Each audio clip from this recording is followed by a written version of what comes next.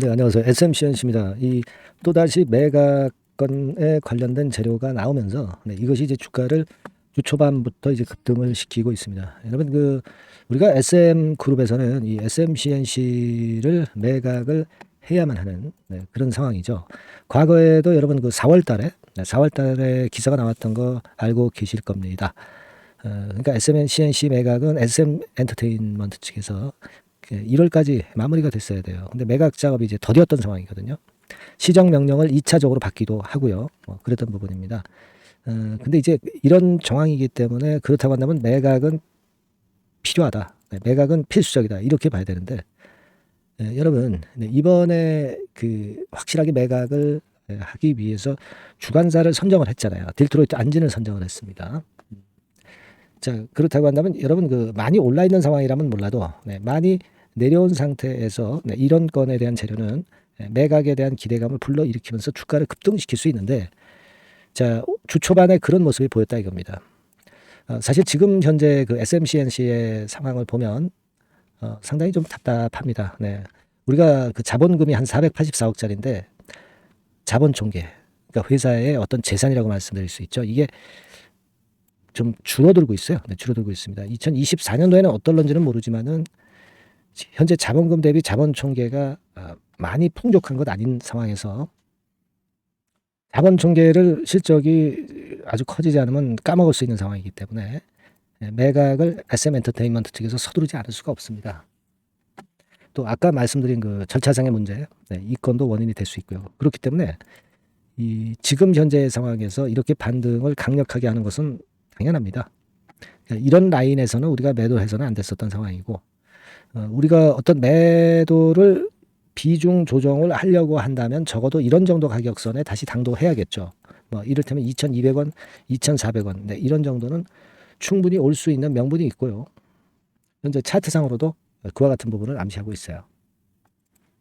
그리고 우리가 주봉 같은 경우 한번 보시면은요, 확실하게 바닥을 굳혔죠. 그리고 쌍바닥 패턴을 만들면서 올라오면 시총이 이게 크지 않잖아요. 1,900억밖에 안 됩니다. 그다음에 가볍게 움직일 수 있다는 거죠. 가볍게 움직이면은 물량상으로는 4,000원, 5,000원 근처 가야 매물이 있기 때문에 우리가 지금 현재 상황에서는 이런 정도를 목표가로 볼 수도 있어요. 다만 물론 여러분 최근에 고점 가격대를 물론 돌파를 해야 되겠지만 일단 1차적으로 2,200원 갖다 놓고 그리고 그 이후로 더 치고 나가는 가능성은 충분히 증가해 갈 수 있습니다. 이 시총이 작고 밑바닥을 찍은 종목은 매각권의 이슈를 타면은 그 탄력이 엄청 강합니다. 우리는 지금 SMCNC를 갖고 계신 분들은 그걸 노려야 돼요. 그러니까 오늘 물론 이제 많이 급등을 했기 때문에 물량이 분차트상으로 이렇게 나오고도 있지만 다시 들어올릴 가능성이 좀 높고요. 이를테면 종가상으로 1,890원 이런 정도가 유지가 된다고 한다면 충분히 다시 한번 위쪽으로 랠리를 할 가능성이 좀 높아요. 지금은 이 정도를 종가 기준선으로 보고 요거 유지되면 버텨가야 되고, 유지가 안 된다면 비중을 일부만 조정을 할 필요는 있겠지만 전체적으로 조정을 감안해서 전체적으로 매도할 건 없어요. M&A 건에 대한 이슈는 여러분 이 시총 작은 종목들의 주가 탄력에 굉장히 힘을 줍니다. 그래서 이거는 일단 이런 방향으로 잡고요. 그리고 지금 이후 상황에서의 판단은 제가 말씀을 이후에 다시 드리면 될 거 아니에요. 그죠? 그걸 제가 드릴 겁니다. 그러니까 여러분께서는 SMCNC, SMCNC 이렇게 문자를 주시면 제가 최선을 다해서 후속 전략을 말씀드릴 거고, 긴급한 매매 사인이 있다면 말씀드릴 거예요. 그리고 신속한 M&A 건과 관련된 재료가 나오면 막바로 제가 말씀드리겠습니다. 일단 여러분들이 먼저 SMCNC라고 문자 주셔야 돼요. 제가 최선을 다해서 이후 수순에서 많이 도와드리겠습니다. 매각건 이슈가 바닥권에서 나왔다고 하는 것은 쉽게 끝나지 않습니다, 여러분. 그걸 좀 강조드려요. 문자 꼭 주시기 바랍니다. 궁금한 점이 있으시면요, 문자로 주시면 제가 최선 다하겠습니다. 자, 그리고 제가 대박주 말씀드린다고 그랬어요. 요거 지금 말씀드릴 테니까 말씀 잘 듣고 대박 내시기 바랍니다. 네, 자, 대박주 말씀드립니다. 이 대박주는요, 7월과 8월에 여러분들이 집중 공략하실 수 있다고 제가 봅니다. 특히 하반기에 아마 지속해서 시세를 낼 가능성이 상당히 높고요. 목표는 더블 가격 정도 보고 있고, CXL 관련주에서 우리가 종목을 선정을 해봤습니다. 여러분들이 그 CXL 하면은 많이 들어보신 듯한데 뭐가 뭔지 잘 모르실 수도 있는 그런 부분이에요. 그죠? 핵심을 우리가 이해하기가 좀 어려울 수도 있는 그런 개념인데 네이버 같은 데 찾아보시면 막 어떻게 나옵니까? 막 이런 정도로 나오죠. DRAM 용량을 획기적으로 확정할 수 있다. 막 이렇게 나오는데 이게 무슨 얘기인지 감 잡기가 어려우실 수도 있는데요. 한마디로 말씀드려서 데이터를 운반하는 도로를 확장한다. 도로를 확장한다는 개념으로 보시면 굉장히 여러분들이 이해하기가 쉬울 거예요. 도로가 확장이 되면 물류가 원활해지죠.